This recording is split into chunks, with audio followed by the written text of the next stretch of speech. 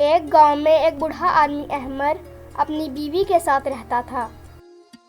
وہ بہت غریب تھے، ان کا کوئی بچہ نہیں تھا۔ انہوں نے بچے کی بہت زیادہ دعائیں کی تھی، لیکن ان کی دعائیں پوری نہیں ہوئی۔ وہ سبزیاں اور پھل کی کھیتیں لگا کر ان میں سے سبزیاں اور پھل توڑ کر بیچا کرتے تھے، لیکن ان کا نہ کوئی پھل اتنا زیادہ بکا کرتا تھا اور نہ کوئی سبزی کہ ان کا پیٹ بھر سکے۔ وہ دن میں ایک دفعہ تازی روٹی اور 2 دفعہ سوکھی روٹی کھایا کرتے تھے۔ ایک دن بوڑھے آدمی نے اپنی بیوی سے کہا، ہم کون سا پھل یا سبزی لگائیں جو ہماری زیادہ بکے اور ہم دن میں 3 بار تازی روٹی کھا سکیں۔ اس کی بیوی نے کہا، ہم ٹماٹر کا بیج بو دیتے ہیں، ٹماٹر لوگ کھانے میں بھی ڈالتے ہیں اور ٹماٹر کی سلاد کھانا بھی پسند کرتے ہیں۔ بوڑھے آدمی نے بازار سے ٹماٹر کا بیج لا کر اپنے کھیت میں لگا دیا۔ دن گزرنے لگے اور ٹماٹر بڑے ہو گئے۔ اپنی بیوی سے کہا، ٹماٹر توڑ کر ان کا سالن بنا لینا۔ یہ کہہ کر بوڑھا آدمی ٹماٹر بیچنے کے لیے بازار چلا گیا۔ بوڑھی عورت نے ٹماٹر توڑنے کے لیے ٹوکری لی اور کھیت میں گئی اور ٹماٹر توڑنے لگی۔ اس نے دیکھا کہ ایک ٹماٹر بہت بڑا ہے جبکہ باقی ٹماٹر چھوٹے ہیں۔ اس نے اس ٹماٹر کو نہیں توڑا، دوسرے ٹماٹروں کو توڑ کر ان کا سالن بنا لیا۔ جب بوڑھا آدمی گھر آیا تو اس نے بوڑھے آدمی کو بتایا کہ کھیت میں ایک ٹماٹر بہت بڑا ہے جبکہ باقی ٹماٹر چھوٹے ہیں۔ بوڑھا آدمی کھیت میں آیا اور دیکھا کہ ایک ٹماٹر واقعی ہی بہت بڑا تھا جبکہ باقی ٹماٹر چھوٹے تھے۔ اس نے کہا، میں نے سارے ٹماٹروں کا بیج ایک ساتھ ہی بویا تھا، تو اس ٹماٹر کو بھی باقی ٹماٹروں جتنا ہونا چاہیے تھا، تو پھر یہ ٹماٹر بڑا کیوں ہے؟ اس نے اپنی بیوی سے کہا، تم اس ٹماٹر کو کاٹ کر دیکھو کہ اس کے اندر کیا ہے کہ یہ اتنا بڑا ہے۔ اس کی بیوی چھری لے کر ٹماٹر کے پاس آئی ہی تھی کہ وہ ٹماٹر ہلنے لگا اور اس کے اندر سے ایک خوبصورت لڑکی باہر نکلی۔ وہ اس لڑکی کو دیکھ کر بہت حیران ہوئے اور اس لڑکی سے پوچھا کہ تم ٹماٹر کے اندر کیسے آئی؟ کیا ٹماٹر پہ کسی نے جادو کیا تھا؟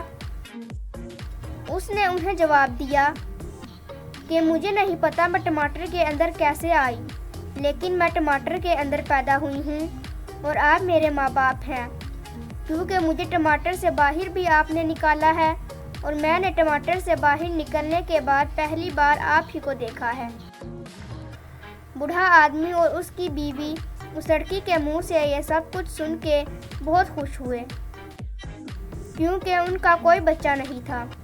انہوں نے اسے بہت لاڈ پیار سے پالا اور اسے اپنی بیٹی سمجھا۔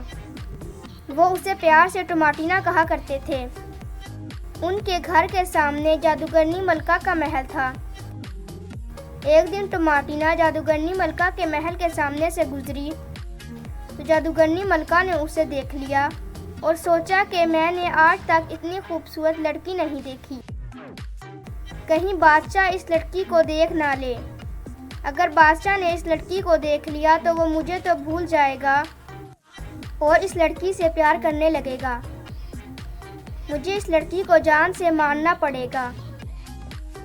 جادوگرنی ملکہ نے ٹماٹینا کو آواز دی اور اسے اپنے محل میں بلا لیا اور اس سے کہنے لگی، تم کس کی بیٹی ہو؟ تو ٹماٹینا نے اسے جواب دیا کہ میں احمر کی بیٹی ٹماٹینا ہوں۔ یہ سن کر ملکہ نے کہا، تم اس غریب کے پاس رہ کر کیا کرو گی؟ میرے ساتھ رہو، اچھا کھانا کھاؤ۔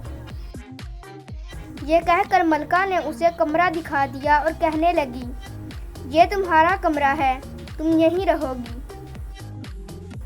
جب رات ہوئی تو ٹماٹینا اپنے بستر پر سو گئی۔ جادوگرنی ملکہ نے اپنی نوکرانی کو زہر دے کر کہا کہ جب صبح ٹماٹینا جاگے گی تو تم اس کے کھانے میں زہر ملا دینا۔ تاکہ اس کا خاتمہ ہو جائے اور خیال رہے کہ بادشاہ اس کے کمرے میں نہ آئے۔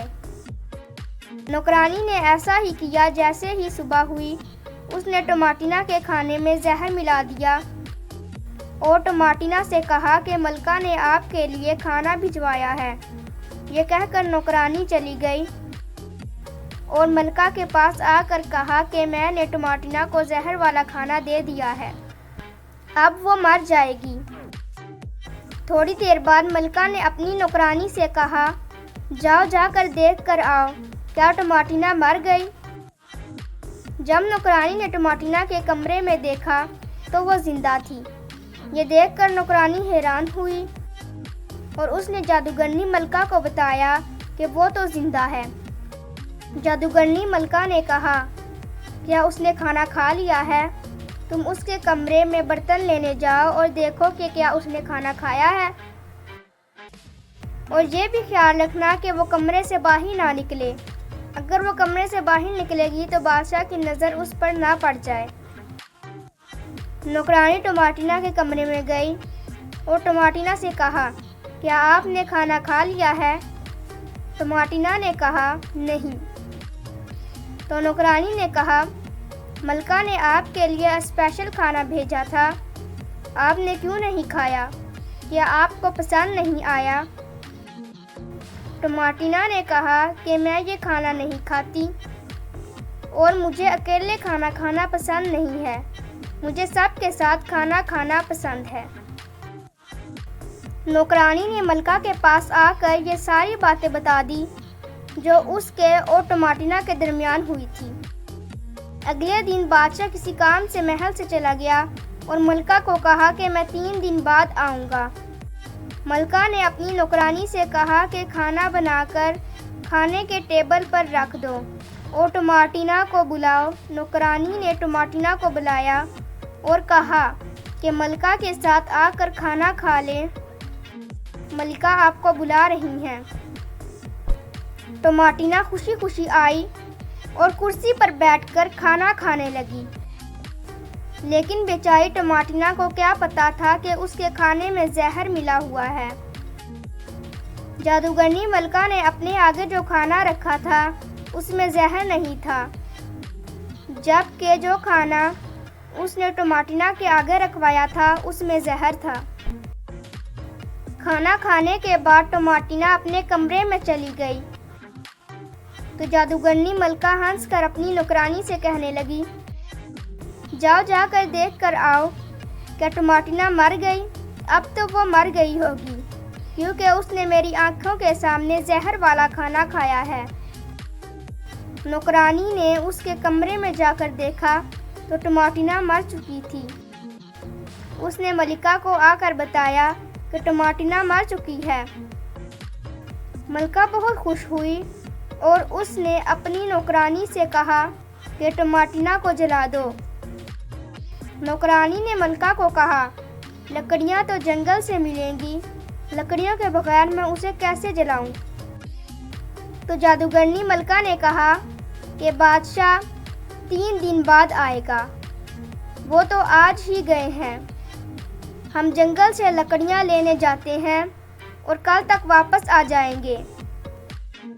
ملکہ اپنی نوکرانی کے ساتھ گھوڑے پر بیٹھ کر جنگل کی طرف چل پڑی۔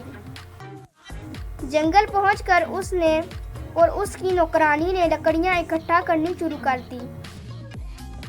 انہیں یاد ہی نہ رہا کہ انہوں نے ٹماٹینا کو اس کے کمرے میں ہی چھوڑ دیا تھا۔